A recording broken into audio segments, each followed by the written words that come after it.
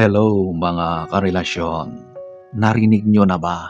Na-encounter nyo na ba ang mga ganitong mga sinasabi? Yung friends lang kami. 'Di ba? Yung mga ganyan, gasgas na gasgas na. So, pag-uusapan natin ang isang katanungan na madalas bumabagabag sa isip ng isang taong meron ng karelasyon. Okay lang ba na makipagkaibigan, makipagtropa sa ex mo habang may bago ka ng partner? So, kung nakaka-relate ka, manood ka.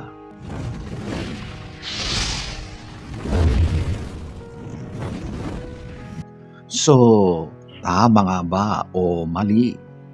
Simulan muna natin sa matinding katotohanan.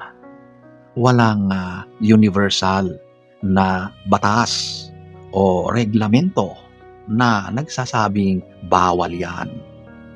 Pero ang pagiging tama o mali ay nakadepende sa intention at respeto. Nagiging tama siya kung tapos na talaga. Wala nang mga hugot-hugot, wala na yung mga what ifs, at ang turing mo talaga sa kanya ay isang ordinaryong tao lang. Walang mali siya at open din sa partner mo. Nagiging mali siya kung ginagawa mo itong backup plan. May sikreto, itinatago, hindi alam ng partner mo na nag-uusap pala kayo, nagkikita kayo sa labas. Kapag involved na dyan ang pagtatago, paglilinlang, pagsisinungaling, maling-mali na iyan. Tandaan nyo ito, ang pagiging mature sa relasyon ay hindi nasusukat sa dami ng ex mo, kundi sa kung gaano mo pinapahalagahan ang peace of mind ng present partner mo. Balik muna tayo doon sa intent at respeto. Kapag ang turingan nyo dyan sa ex mo ay may nararamdaman ka pang kilig, may mga tinginan na kakaiba, huwag mo nang ituloy yan at maling-mali yan. Kawawa naman yung present na karelasyon mo. Kung ganun pala, ay huwag ka munang makipagrelasyon kung hindi pa tapos ang ugnayan ninyo doon sa ex na yan. So, ating pag-uusapan ang mga pros and cons. Timbangin natin para kung ano ba talaga ang mapapala mo rito. So, umpisahan natin sa mga pros. O ito yung mga magaganda na maaring maidudulot. So, nagiging mature ka. Pinapakita nito na naka-move on ka na talaga, na wala ng mga bitter feelings. Sunod, yung shared history. Minsan, sila ang mas nakakakilala sa past mo, kaya okay lang silang hingan ng advice. Pero mag-ingat pa rin, okay? Kasi sa mga ganyang mga usap-usap na yan, vulnerable ka sa tukso. Sa lahat ng mga merong mga past na history sa mga ex, madali na lang yan na ma-rekindle or magkaroon ulit ng apoy. Kaya mag-ingat talaga. So dito na tayo sa mga cons, mga masamang maaring maging epekto. Number 1, syempre, overthinking is real. Kahit pa gaano ka pure ang intentions mo, hindi mo kontrolado ang isip ng partner mo. Pwede itong maging mitsa o root ng insecurity. Yung insecurity na yan ay magdudulot yan ng sanga-sangang problema sa relasyon ninyo. Number 2, the old sparks trap. Isang maling hirit o isang gabing sentimental. Baka biglang bumalik ang multo ng nakaraan. Ito na talaga ang dilema sa mga ex-ex na yan eh. Tulad ng sinabi ko kanina, napakadaling magkaroon ng spark ang mga ganyang sitwasyon.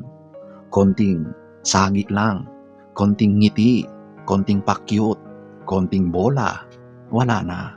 Bumibigay ka na ulit, di ba? Yan yung tinatawag na spark trap. Number 3, the third wheel syndrome. Sa isang relasyon, kapag may partner ka na, mahirap na isama si ex sa ginagawa ninyong mag-partner.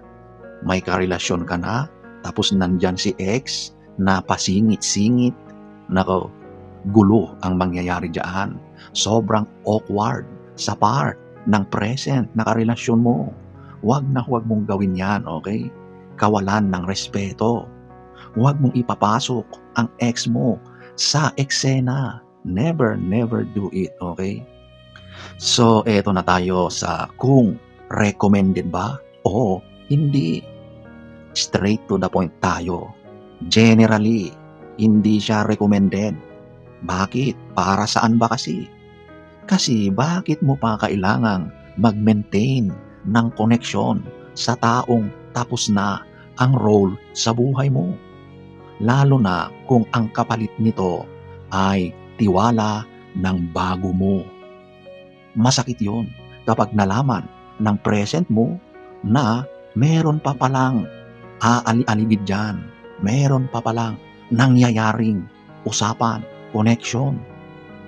Unless maliban lang talaga kung meron ng involved na ibang tao dyan.